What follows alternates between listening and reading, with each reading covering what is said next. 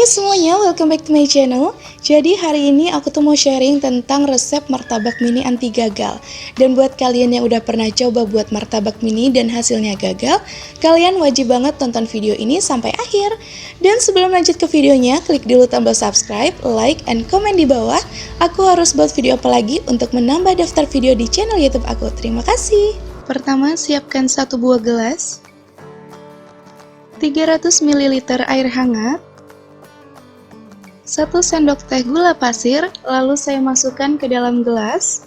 Masukkan setengah sendok teh ragi instan, di sini saya menggunakan merek Fermipan. Masukkan sedikit air hangat, sisanya akan digunakan untuk membuat adonan. Kemudian diaduk sampai merata. Jika sudah tercampur rata, bisa langsung ditutup dan didiamkan selama 5 menit. Jika berbusa, berarti raginya aktif dan siap untuk digunakan. Sambil menunggu raginya aktif, siapkan 1 ayakan dan 1 wadah. Kemudian masukkan 250 gram tepung terigu atau setara dengan 25 sendok makan. Di sini saya menggunakan segitiga biru dan saya memasukkan setengah tepung terigunya dulu. Lalu diayak agar tidak ada tepung yang bergerindil. Kemudian saya masukkan sisa tepung terigu tadi. Kemudian masukkan 4 sendok gula halus. Kemudian masukkan 1,5 sendok susu bubuk. Di sini saya menggunakan merek Denkau. Kemudian masukkan 1/4 sendok teh baking powder. Di sini saya menggunakan merek kupu-kupu. Lalu ayak seluruh bahan sampai tidak ada yang bergerindil.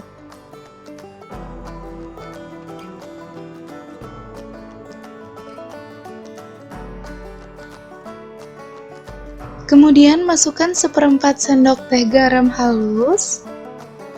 Lalu aduk seluruh bahan agar tercampur merata.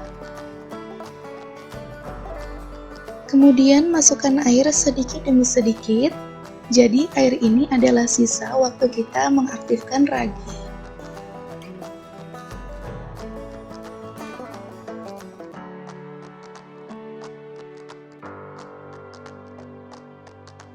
Kemudian masukkan ragi instan yang sudah saya diamkan selama 5 menit. Jadi dia berbusa seperti ini, lalu kita aduk agar tercampur semuanya. Kemudian kita tuang ke dalam adonan. Lalu aduk secara merata agar ragi tercampur dengan adonan. Agar martabaknya nanti bisa bersarang, di sini saya aduk dengan metode kanan kiri. Jika adonan sudah jadi, teksturnya akan seperti ini. Lalu adonan ditutup dengan serbet bersih ataupun kain bersih, lalu diamkan selama 30 menit. Sambil menunggu adonan mengembang, kita siapkan 1 buah wadah, masukkan 3 butir telur, lalu masukkan 2 sendok makan gula pasir,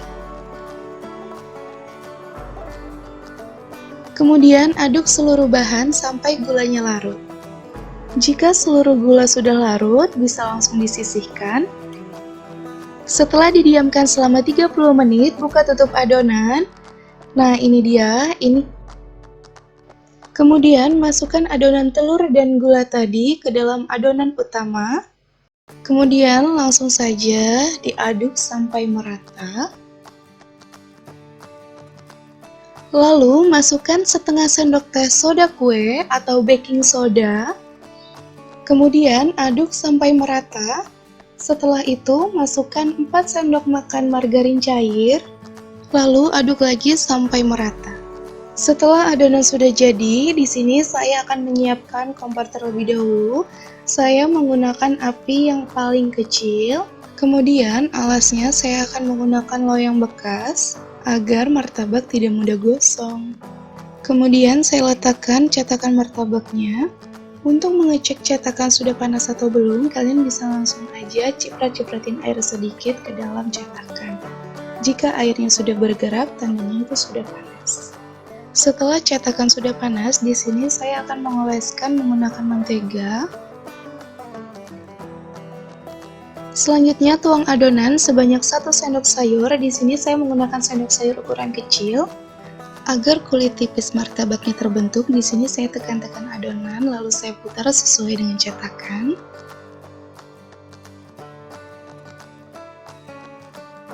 Setelah sarang martabaknya terbentuk yang ditandai dengan banyaknya lubang pada adonan saat pemanggangan, kemudian saya taburi sedikit gula pasir di atas martabaknya.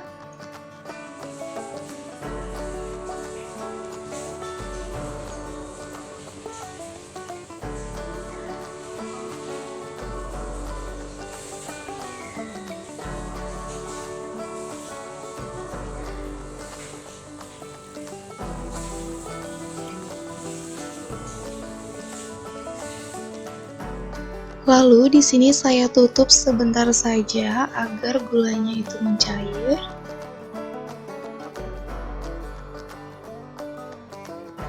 Setelah itu saya oleskan menggunakan margarin.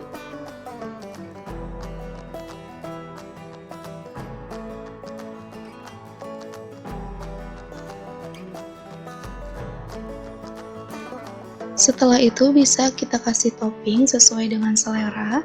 Di sini saya menggunakan mesis yang warna coklat. Jadi buat teman-teman bisa menyesuaikan ya. Di sini saya tutup sebentar agar mesisnya itu meleleh. Ini dia martabaknya sudah jadi, kemudian saya angkat menggunakan 2 sendok. Di sini teknik pengangkatannya itu dari samping atau kulit luarnya baru ke bawah martabaknya.